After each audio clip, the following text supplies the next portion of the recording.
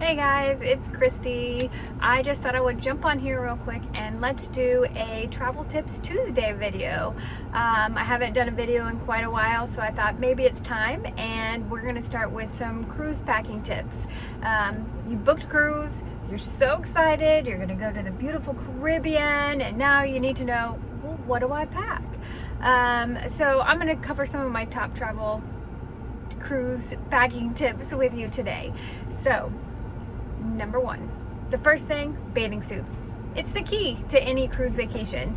I usually pack at least 2 to 3, and then I pack at least 3 cover-ups because I like to switch them out throughout the days.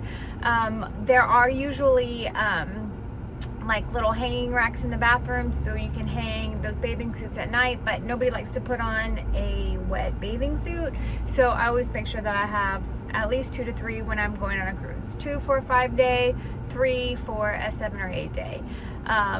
It's just my preference. And then again, most of the day you're spending in your bathing suit, so I like to change it up with different cover-ups because you have to have a cover-up on if you're going to go get some food or walk around the ship. You're going to want to cover up that bathing suit a bit. Cruise tip number 2, magnets, wall magnets with the hooks. Fabulous. I put them around the mirror, and I actually hang like my straightener and my hair dryer and my curling iron on there.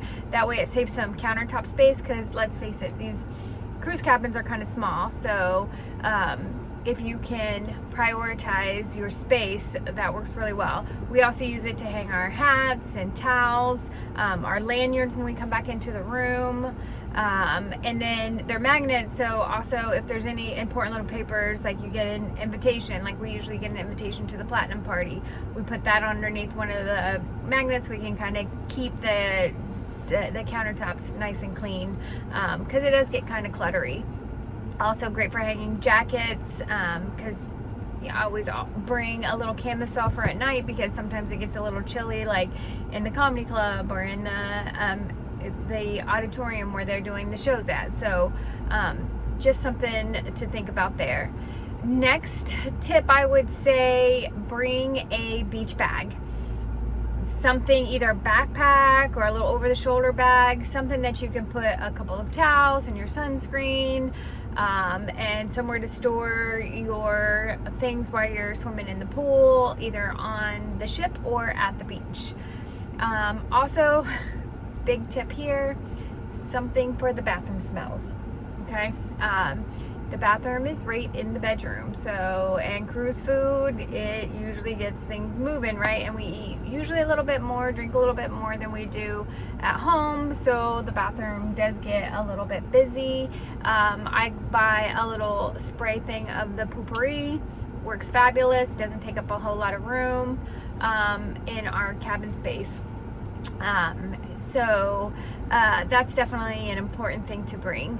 And then formal nights. There's usually 1 to 2 formal nights, 5 nights and less, usually 1 night, 7 to 8, usually 2 nights. If you're going to do more than an 8-day cruise, like you're going to do one of the specialty cruises, transatlantic or Journeys cruise or something like that, usually it's 3 or more. We can always check that if you book one of those longer cruises, so that you bring enough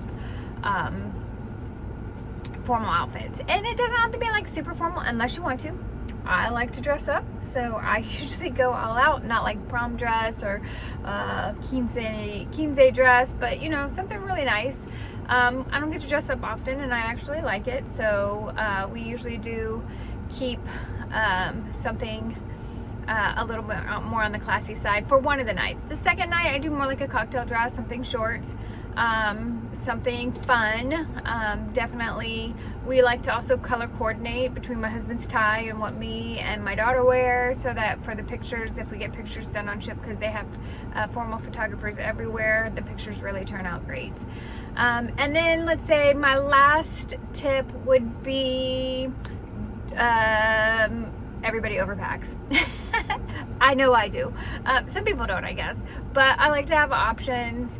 One of the things that I have started to do is I lay everything out, and then I go back through it, and I put about a third to a half back. so that I don't overpack. But it's really easy to overpack, and everybody does it, and I don't really have any good tips for you on that. But anyway, this was my Tuesday travel tip, and we'll talk more later. Bye guys.